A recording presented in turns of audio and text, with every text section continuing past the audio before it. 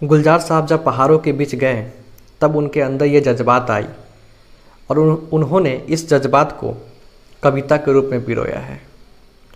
आइए सुनते हैं गुलजार साहब क्या कहते हैं।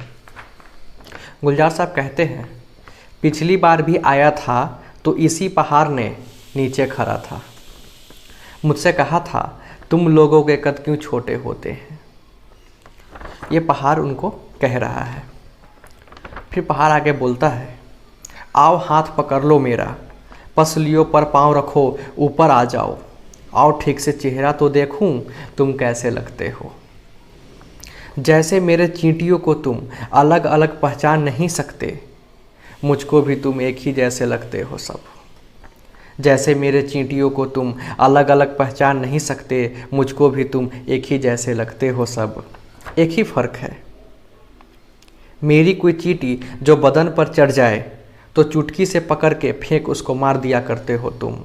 मैं ऐसा नहीं करता, मैं ऐसा नहीं करता। आगे पहाड़ की बातों को सुने आप। मेरे सरोवर देखो कितने ऊंचे ऊंचे कद है इनके, तुमसे 7 गुना तो होंगे, शायद 10 या 12 गुना हो। उम्रें देखो उसकी तुम कितनी बढ़ी है, सदियों जिंदा रहते हैं। कह देते हो कहने को, लेकिन अपने बड़ों की इज्जत करते नहीं तुम। उम्रें देखो उसकी तुम कितनी बढ़ी है, सदियों जिंदा रहते हैं। कह देते हो कहने को, लेकिन अपने बड़ों की इज्जत करते नहीं तुम।